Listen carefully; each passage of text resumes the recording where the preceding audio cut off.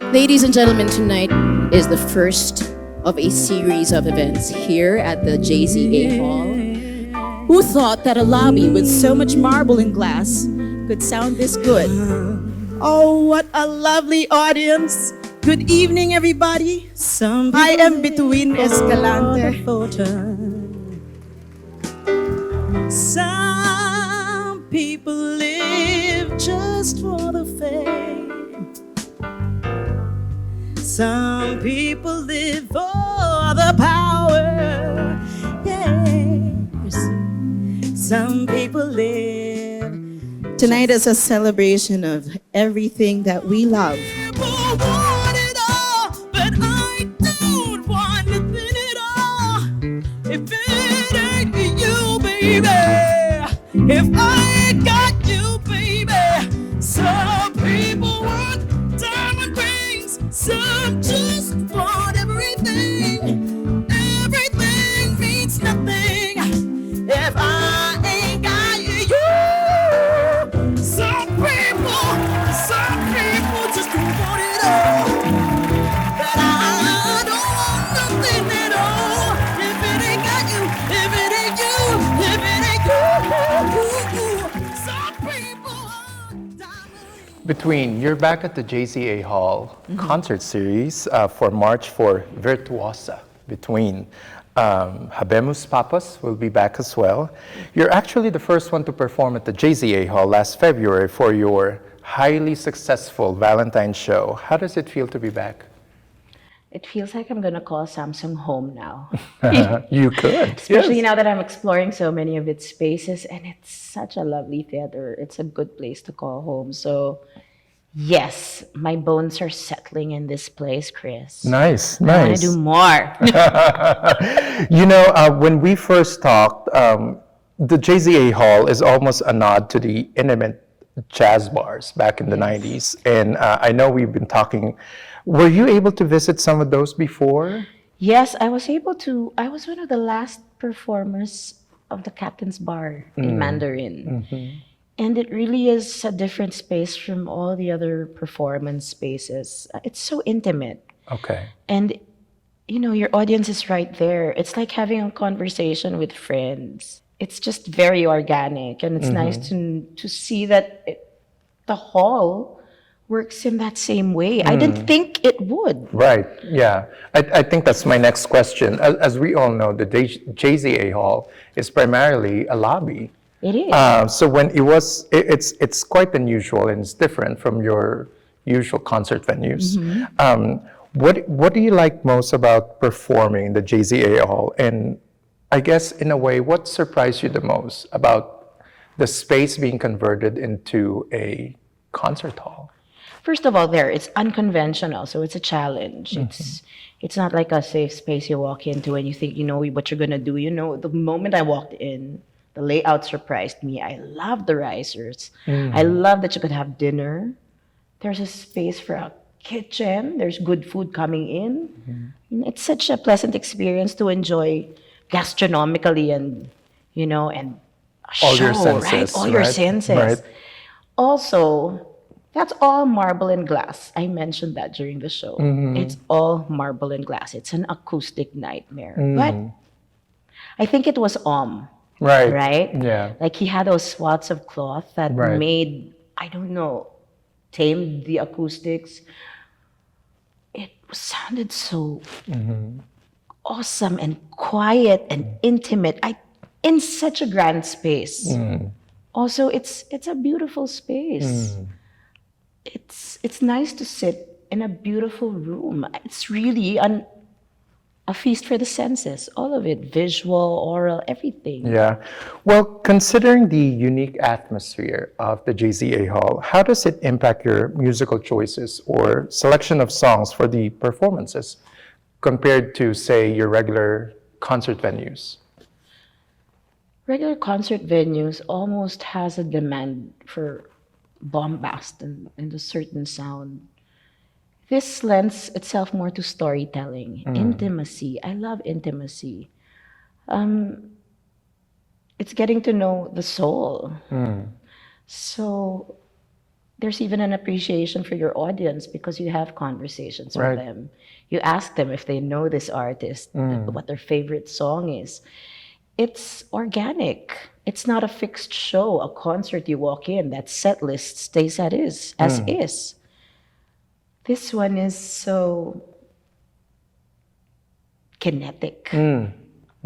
So much of it comes from your audience. Yes. So I like that. Yes. It's play again, right? Well, speaking of audiences, as an artist, because I remember when I was dancing, it's not like that I hated seeing the audience, but once I see any audience members, it affects my psyche.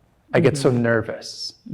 At the JZA Hall, you started your show walking through them, and you, as you had mentioned, you're continuously conversing with them, and you see their reactions, you see their faces. As an artist, does that have any effect on you? Do you like that? Do you don't like it? I used to not like seeing my audience as well.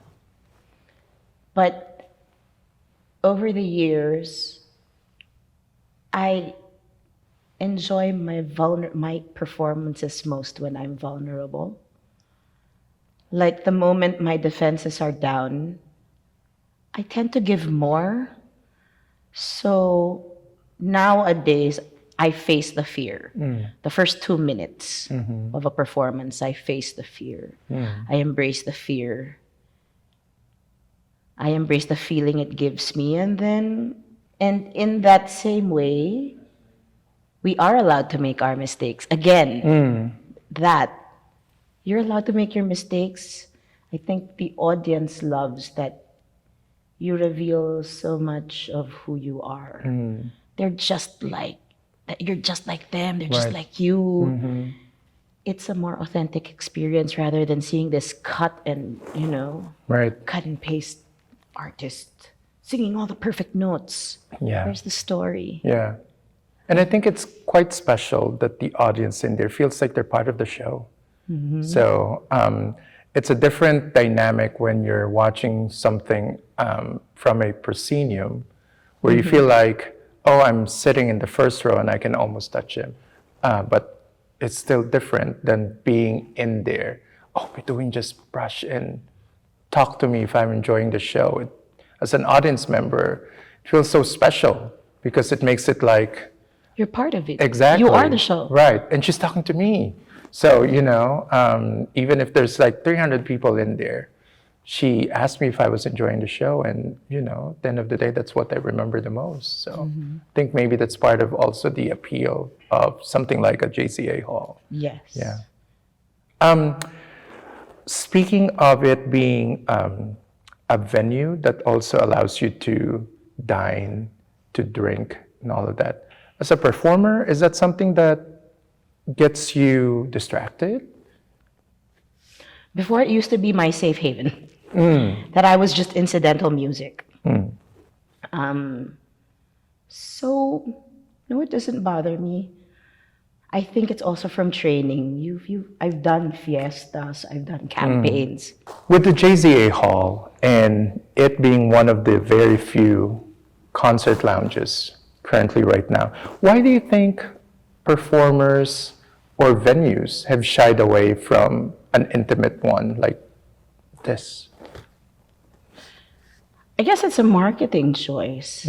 The more audiences you can pack into a theater, the monetary side, Sure, I you get that. earn more.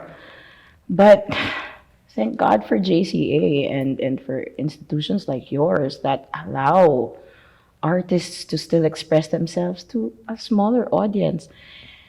It matters a lot that you're able to tell even intimate stories.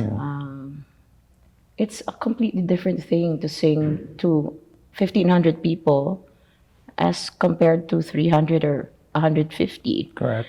We can't always be thinking of the bottom line in monetary terms. We have to think of it also as the soul infusion. You're building a nation. We have to have these quiet times and these conversations. So yeah, think of it as a nation building. Smaller venues is nation building. Okay. Well, Between, to give our audience a bit of a preview for your upcoming March 20th show, Virtuosa, Between, let's play a quick game of Between Bits. So what we'll do is we will play a song, and then you'll sing your unique rendition or your own personal interpretation. This is not a game, it's a quiz show. That's the fun part. Are you ready? As ready as I will ever be. All right. Which means no. I'll pass you the list so Okay. that you can have a copy. Okay, let's begin. Our first song is Water by Tyla. Music, please. Make me sweat, make me hotter, make me lose my breath, make me water. Oh.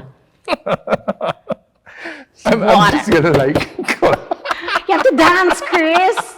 We have to do this standing. Next song. Okay, this is currently the in thing to do right now with all these Swifties. Oh, I apologize to the Swifties already. All right, so it's Cruel hate me. Summer by Taylor Swift. Okay. Music, please. Okay. All right. Okay, got it. All right. And it's new, the shape of your body, it's blue. The feeling I got and it's ooh, oh, it's a cruel summer. Swifties, be kind. I'll buy the ticket. All right. I auctioned the tickets like Swiftie. You did. There you go. That's right. Okay, so the next song, Oh, I love her. right, and you were sporting her hair during your Yes. Valentine's concert. Yes. It's Flowers by Miley Cyrus. Music, please. Right. Okay. Okay. I can buy myself flowers, write my name in the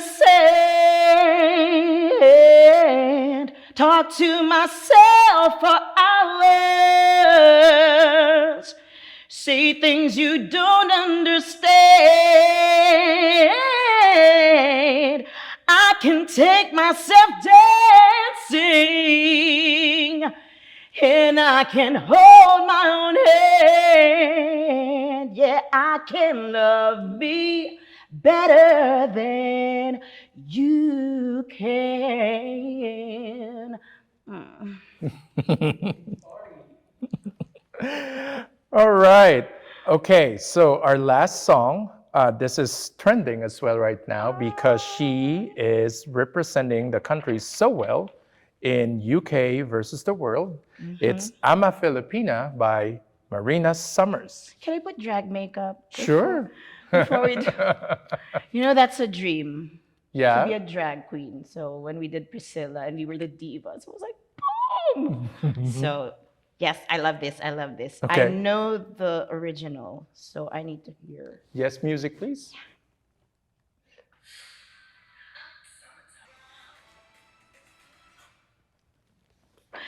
The neck action comes when you're here. I know, right? I'm a Filipina, rising like a winner. Ain't nobody bringing this Marina to the ground. I'm a Filipina, they fall for my charisma. Uniqueness, nerdity, I'm bringing home the winning crown. I'm a Filipina. Yes. Wow, what a way to end this episode, everybody. Thank you so much for joining us today. You are really one of the Philippines' best vocalists, and I'm really happy to call you a friend. I am going to let you invite the audiences for your March 20th show, so please do. Chris, thank you so much. And to the Samsung Performing Arts Theater team, thank you for making this a new home for artists. The JZA Hall is a wonderful place to bond. Let's do that on March 20 as we celebrate women. It's going to be a fantastic night for the senses. We hope that you join us there. Thank you so much. Don't forget, we'll see you on March 20th here at the JZA Hall, Samsung Performing Arts Theater here in Circuit Makati. Don't forget to secure your tickets. They're available at ticketworld.com.ph. Thank you so much. See you at the next State of the Arts episode.